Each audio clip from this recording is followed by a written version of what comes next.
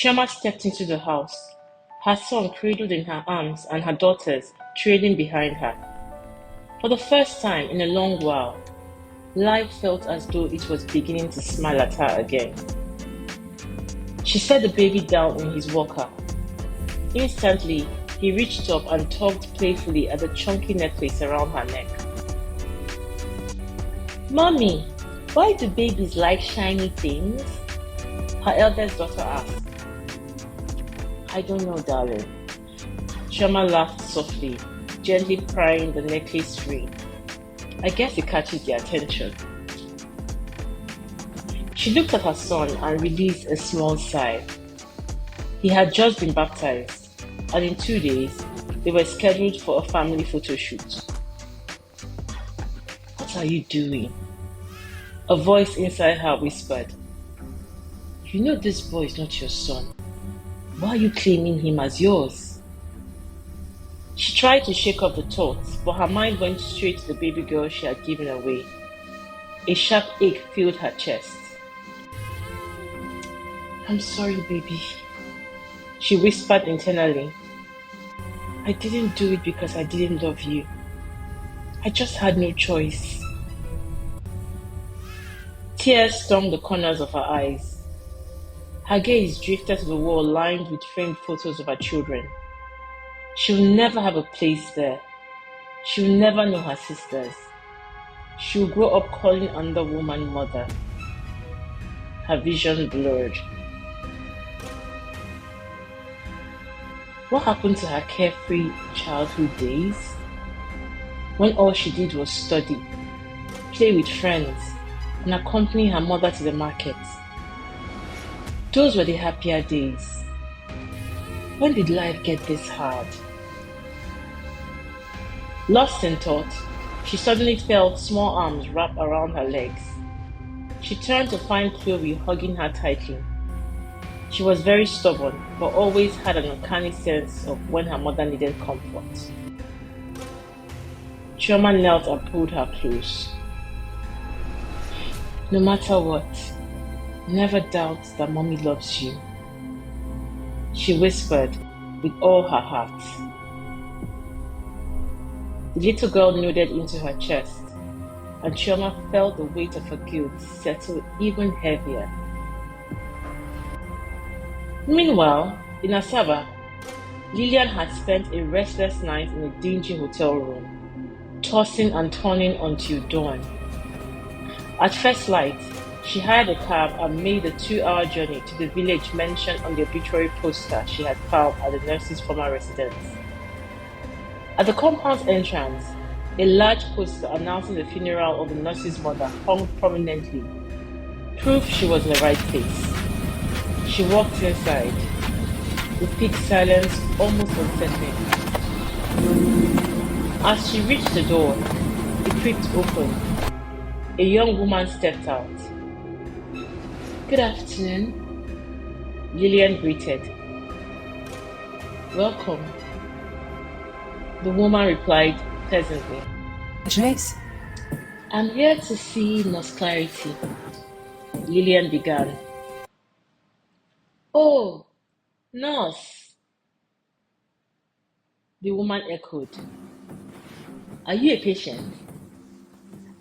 Yes, Lillian lied quickly. "Please, come in and sit. She went to buy medicine for her clinic. She'll be back soon." Lillian blinked. Clinic? She opened her own clinic? "Is this her clinic?" Lillian asked, trying to sound casual. "Yes, she opened it after her mother's burial," the woman said proudly. Oh, that's wonderful. Nurse told me someone might be coming from Warri today. Are you the one?" "No, I'm from Asaba," Lillian said, recovering. "A close friend told me about her. I didn't even know she had a clinic now. Congrats to her." "She's very hardworking," the woman continued. She moved back home to take care of the family house. She's still single, so she's the only one who could settle here. Lillian nodded, but her mind was already drifting. Adaeze. She renovated the sitting room and 2 bedrooms into the clinic space. She says she'll buy hospital beds soon and restock medicine. The woman boasted. Lillian nodded again, her jaw tightening. Back in Lagos, Chioma was rocking her baby to sleep when her phone rang. The caller ID showed an unfamiliar number. She answered. Hello? Madam Chioma, a woman's voice said. Yes? Who is this? Have you forgotten me so soon? Chioma's stomach twisted. Who am I speaking with? Hello? It's Nurse Clarity, the voice said sweetly. The one who made it possible for you to have a son. Chioma's heart froze mid-beat. Her grip tightened around the phone. What do you want? She whispered. Hello? The nurse's voice oozed through the line. How is the baby? It's been almost 5 months since our little arrangement. It's over. Chioma snapped, ducking into the bathroom and shutting the door behind her. The nurse laughed. You think so? You paid me peanuts, and now you want to close the chapter? I gave you the agreed amount, Chioma said, voice low. 2 million naira plus an extra 500,000. Well, it's finished. I'm back home at the village, trying to survive. These village hospitals can't pay me like the ones in Lagos. I need funding. I don't have money, Chioma said. This wasn't the deal. I need 5 million naira. Chioma's breath caught. 5 million? From where? Your secret needs protection, doesn't it? The nurse said with a smirk. Chioma hated the sound of her voice. It felt like she was playing devil's advocate. I can only manage 1 million, Chioma whispered. That's everything I have. That won't do. You have a husband. Ask him. Lie if you must. I can't give you what I don't have, Chioma insisted.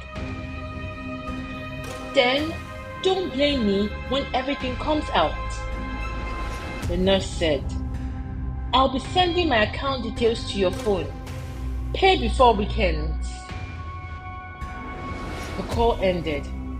Chioma stared at the phone, her pulse thundering. She had never felt so cornered. 2 days later, Chioma sat beside her husband on the living room sofa. They were watching a Nollywood movie channel, though Chioma hadn't absorbed a moment of it. Suddenly, a loud clang was heard from the children's bedroom, and she yelled, What's with the noise? What is wrong with these children? She screamed as her blood pressure skyrocketed. It's the children playing, her husband said. You know how they play now. Must they bring the house down? She snapped. What's wrong? You okay? Her husband asked, staring at her. Wrong? She blinked rapidly. No, nothing is wrong. She forced a smile. just as a new movie title flashed boldly across the TV screen. The Stolen Child. Her chest tightened. Huh? Not this one, she muttered, snatching the remote. It'll be rubbish. Why? I want to see it. Her husband took the remote back and switched it on. This movie producer herself, what kind of title is that? She scoffed. Let's watch something else. I think it's going to be interesting, he said. Chioma froze as the opening scene played. A nurse sneaking a baby out of a hospital ward. Her stomach flipped. Look at that, her husband pointed. She's clearly stealing someone's child. Chioma swallowed hard. Maybe she's helping someone. What if the mother had a stillbirth and was told she could never have children again? Maybe the nurse. Her husband turned to her sharply. Chioma, that's a crime. No one has the right to give away someone else's baby. But what if the other woman already has many children? She tried. That's not the point. His tone stiffened. If someone stole our child and handed them to another family, would you accept it? Chioma's voice failed her. Her husband continued, anger flaring. If I ever find out a hospital stole one of my children, I'll shut the place down. Everyone involved will pay. Chioma rose abruptly. I'll go and watch something else in the bedroom. He watched her leave, confusion marking his face, while Chioma hurried away, heart pounding, secrets pressing harder against her chest. In the bedroom, Chioma tossed restlessly on the bed. The pressure around her neck felt like a noose tightening with every passing minute. If only I hadn't given that nurse my number, she thought bitterly. Now she believed she had unlimited access to her. Her phone vibrated on the side table. It was the nurse. Her heart pounded. She took the call and tried to sound as composed as possible. What now? She hissed. I need the money fast. And I mean now. The nurse whispered. I'm packing my things as we speak. Why are you whispering? Chioma asked, pulse racing. Because the biological mother of the boy we switched just showed up. She came to my house in the village. She's been asking questions. Chioma nearly dropped the phone. What did you say? I'm serious. She's digging. I don't know how she found me, but she's here. I need to leave now. I'm even lucky to have escaped her. She was waiting for me for hours 2 days ago. I need to go now before things get worse. Chioma's knees weakened. She sank into the bed. This is another trick to squeeze more money out of me, right? Where in the world do you think I'd get 5 million naira from? Do you want me to go rob a bank? Chioma snapped, tears rolling down her cheeks. Do I sound like I'm joking? The nurse shot back. If this gets out, I'm going to jail. And I promise you, I won't go alone. God. Chioma breathed. The nurse continued. I left Lagos because of you. Started over because of you. Now I need to disappear completely. I'm leaving the country. Staying with a relative tonight. Lagos tomorrow. Canadian visa after that. But I need you to send me the 5 million naira now, or our deal is over. I'm going to make sure to confess to the boy's biological mother and settle this once and for all. Chioma pressed a trembling hand against her cheek.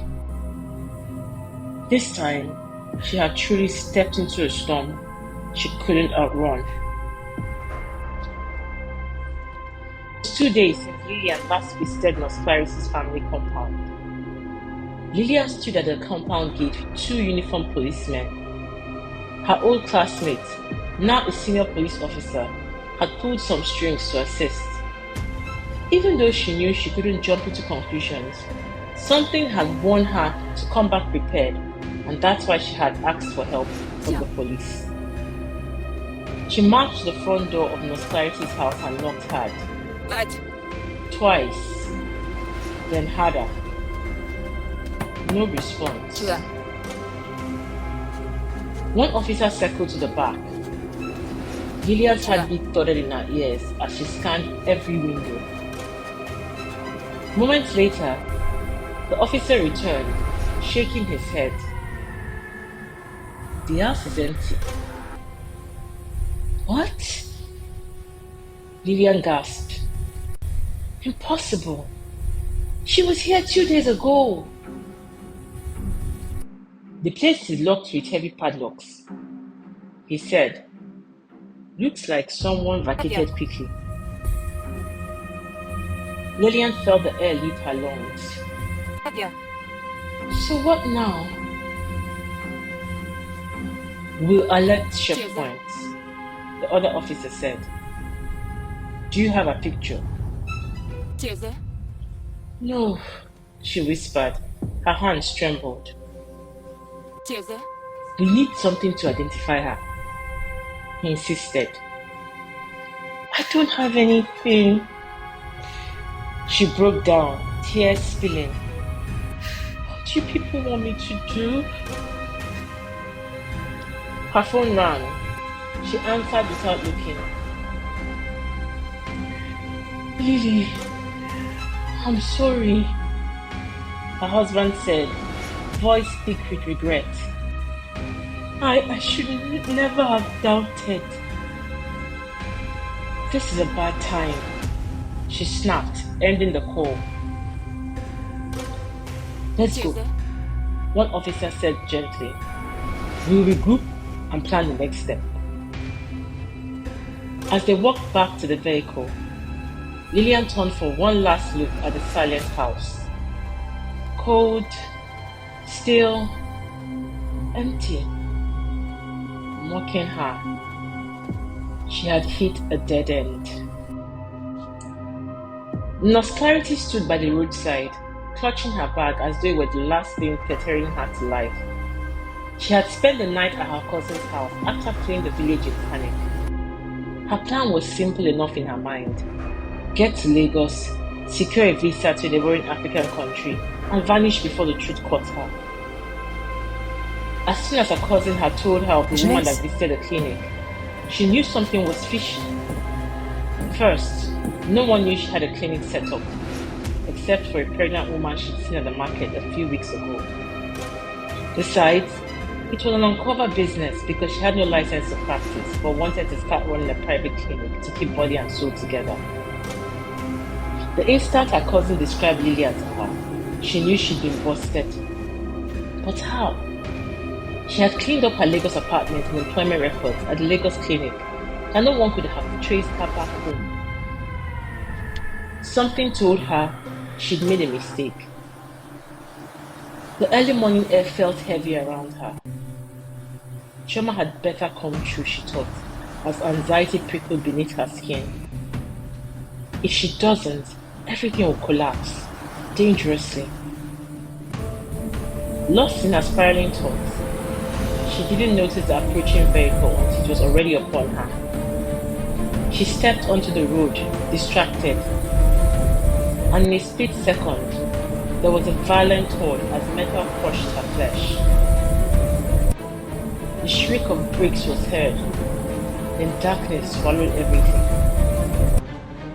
Blood pooled around her as horrified passers-by screamed for help, as Nos Clarity lay on the floor, fighting for her life.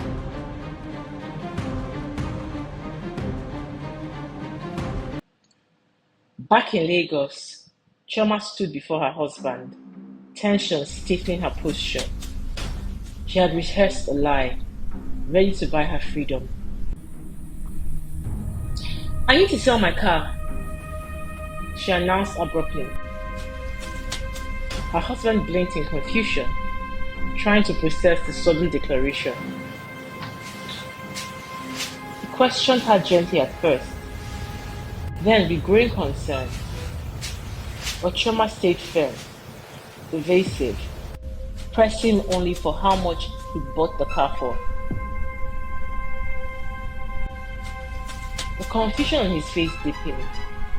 She could see his worry rising with each answer she avoided. Finally, he stepped closer, eyes searching hers, asking what had gone wrong. So, she dropped the lie she had prepared, a story of a failed business attempt, a vanished merchant, and a debt of 5 billion naira that now threatened her. Hurt and disbelief flickered across Nnamdi's face as he asked why she never confided in him. She murmured something about wanting to surprise him, wanting to handle it herself before it became a burden. He sighed heavily and explained that the only money he had was reserved for the children's school fees. Selling the car was out of the question. After a moment, he offered to speak with a supposed creditor and promised he had a business payment coming soon that could help settle the amount. Relief washed over Chioma.